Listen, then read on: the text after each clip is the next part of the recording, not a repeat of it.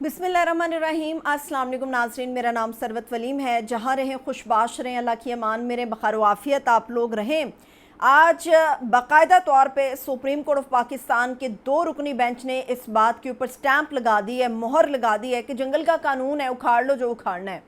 और जंगल के इस कानून की इजाज़त दी है 2 रुकनी बेंच ने, जिसके अंदर जो है वो जस्टिस अमीनुद्दीन साहब और जस्टिस नईम अख्तर अफनान साहब जो है अफ़गान साहब वो शामिल थे। ये 2 रुकनी बेंच ने जो जंगल के कानून के ऊपर अपना ठप्पा लगाया, इसके ऊपर मैं तफसील आपके साथ शेयर करने जा रही हूँ। बड़ी खौफनाक तफसील है ये जो ये हुक्म है आज का, ये सरासर तमाम एजेंसियों को, हुकूमत को, इदारों को इस बात की इजाज़त देता है कि आप जब चाहो, जहाँ चाहो, जैसे चाहो सर्विलेंस के नाम के ऊपर किसी का भी डाटा आप लीक कर सकते हो, आप उसको देख सकते हो, आप उसको सुन सकते हो, आप उसे रिकॉर्ड कर सकते हो। इसके ऊपर आते हैं, मगर उससे पहले मैंने पहले भी आपको कुछ दिन पहले बताया था और एतजाज़ अहसन साहब बार बार ये बात कर रहे हैं कि इमरान खान साहब के ख़िलाफ़ जो है वो एक वादा मुआफ़ गवाह तैयार करने की कोशिश की जा रही है, जिसका कद और वज़न दोनों ज़्यादा हो उसके ओहदे और उसके नाम की वजह से। और इस वक्त इमरान खान साहब ने जो अडयाला जेल में गुफ्तगू की है, उन्होंने इंडोर्स किया इस बात को कि जनरल फैज़ हमीद की गिरफ़्तारी इस वजह से सिर्फ की गई है क्योंकि उनका कद और उनका नाम दोनों ही बड़े हैवी हैं और उसके लिए एक मजबूत गवाह की ज़रूरत थी। चूँकि तमाम मुकदमात खोखले हैं, कुछ नहीं उनमें से निकला, इसलिए इमरान खान साहब के ख़िलाफ़ वादा मुआफ़ गवाह बनाने के लिए फैज़ हमीद की गिरफ़्तारी की गई है। अब आ जाते हैं इस 2 रुकनी बेंच के उस अहम फ़ैसले की तरफ, जिसकी वजह से जस्टिस बाबर सत्तार की तरफ से इस्लामाबाद हाई कोर्ट के जो जस्टिस हैं बाबर सत्तार साहब, उन्होंने एक बहुत ही अहम फ़ैसला दिया था। और जो बड़े बड़े लीगल एक्सपर्ट्स थे, उन्होंने ऑडियो लीक्स के इस केस के अंदर आकर ये खुद मीडिया के सामने बातें की थी कि हमारे तो कद आज ऊंचे हो गए। जो अदालत ने आज फैसले दिए हैं कि आप बग़ैर किसी की इजाज़त की, उसकी मर्ज़ी के किस तरह से उसकी वीडियो या उसकी ऑडियो को रिकॉर्ड कर सकते हैं और फिर उसके डाटा को अपने पास महफूज कर सकते हैं, बवक्त ज़रूरत इस्तेमाल कर सकते हैं। हुआ ये कि जस्टिस बाबर सत्तार साहब ने मई और जून के महीने के अंदर 2 फैसले दिए।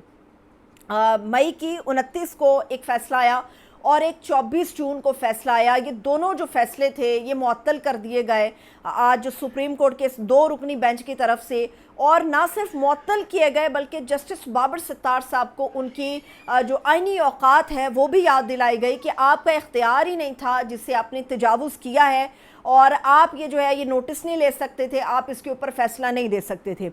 मैं आपको समझाने के लिए ज़रा इसकी डिटेल में जाऊंगी ताकि आपको समझ आए कि जस्टिस बाबर सत्तार साहब का ऑडियो लीक्स पे फ़ैसला क्या था और ये दोनों फ़ैसले मुअत्तल किन बुनियादों पे हुए। याद रहे कि आपको पता होगा कि बुशरा बीबी और साकिब निसार के बेटे नजमुल साकिब की एक ऑडियो हमारे सामने आई थी जिसमें वो गुफ्तगू कर रहे थे। फिर एक ऑडियो हमारे सामने आई थी जिसमें बुशरा बीबी और लतीफ़ खोसा आपस में टेलीफोन पर कुछ बात कर रहे थे। वो बातचीत जो थी वो लीक हो गई और इस मामले के ऊपर बुशरा बीबी ने अपना मौक़िफ़ दिया था कि ये सरासर झूठ है, सरासर तोहमतें हैं और वो एक दरख्वास्त उन्होंने दायर की थी इस्लामाबाद हाई कोर्ट के अंदर। अब बुशरा बीबी चूँकि ख़ुद अफेक्टी में थी, मुतासरा फ़रीक थी, वो ख़ुद अपनी दरख्वास्त को उन्होंने इस्लामाबाद हाई कोर्ट में लेके गई। तो ये दरख्वास्त जस्टिस बाबर सत्तार साहब ने सुनी। बाबर सत्तार साहब ने जब ये दरख्वास्त सुनी तो उसके ऊपर उन्होंने 24 जून और 29 मई का एक फ़ैसला दिया। 29 मई का जो फ़ैसला था उसमें पैमरा, FIA और जो PTA थी उन्होंने मुतफ़रक़ दरख्वास्तें दायर की और कहा कि जस्टिस बाबर सत्तार साहब ये नहीं सुन सकते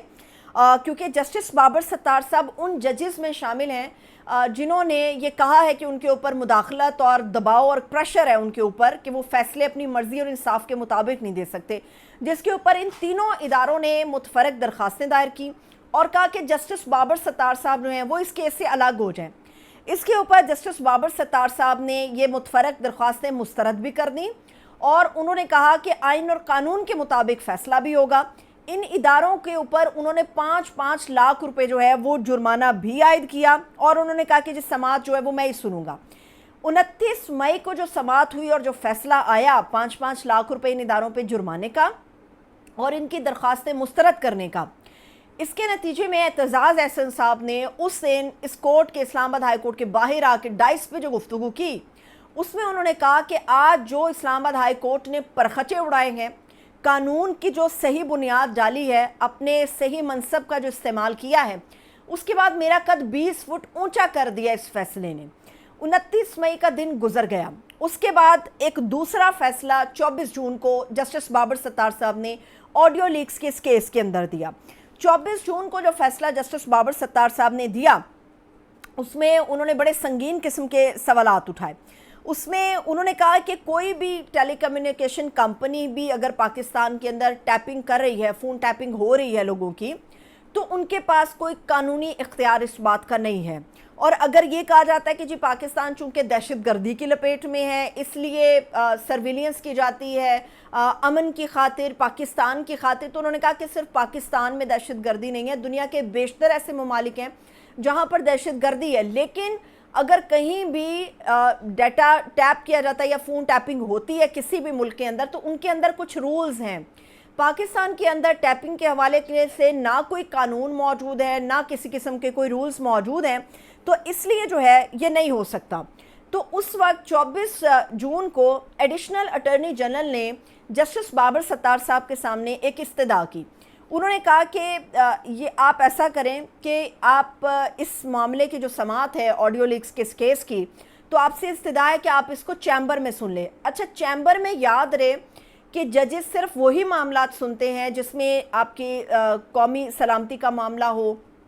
یا کچھ راز ایسے ہوں نیشنل سیکیورٹی کے حوالے سے، کچھ ایسی گفتگو جو پبلک نہیں ہو سکتی، کچھ ایسے معاملات، تو وہ چیمبر میں سماعتیں کر لیتے ہیں ججز۔ تو جب ایڈیشنل اٹارنی جنرل نے ان سے کہا کہ آپ اس کو چیمبر میں سماعت کر لیں، تو اس پہ انہوں نے فوراً اس استدعا کو مسترد کر دیا۔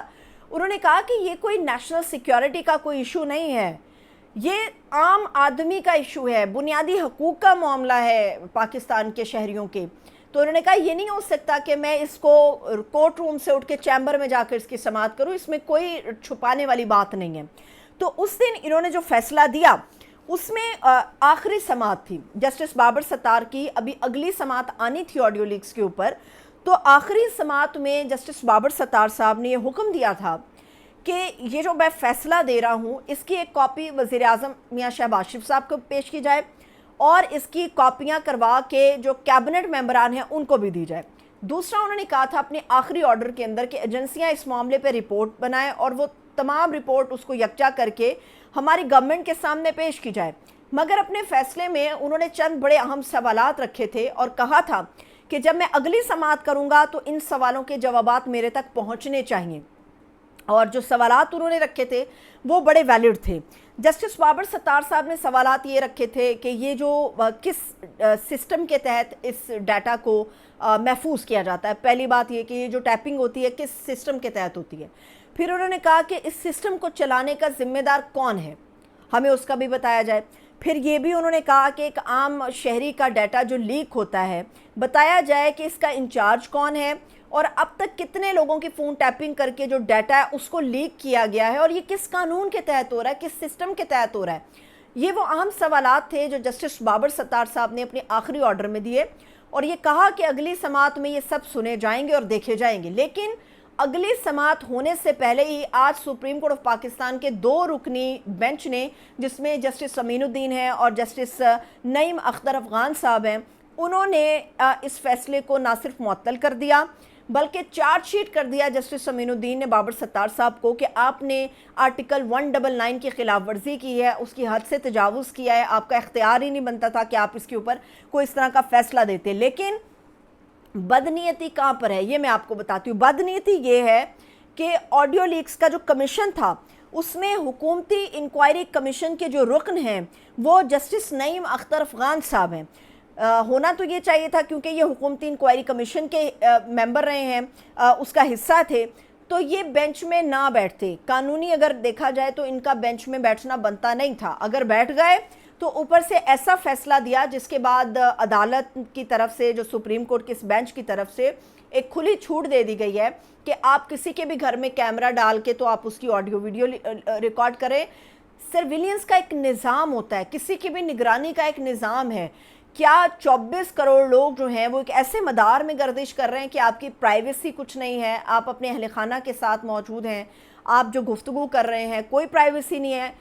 اور جو ٹیلی کمیونیکیشن کمپنیز ہیں وہ کس بنیاد پر یہ سب کچھ کر رہی ہیں۔ پاکستان کے اندر اس وقت ایسا لگ رہا ہے ایک جنگل کا قانون ہے اور جس کی لاٹھی اس کی بھینس کی طرح اس پاکستان کے سسٹم کو آج کی اس سماعت اور فیصلے کے بعد دیکھا جا رہا ہے کہ بالکل ایسے ہی اس سسٹم کو چلایا جا رہا ہے۔ مجھے اجازت دیں، اپنا خیال رکھیں، خدا حافظ۔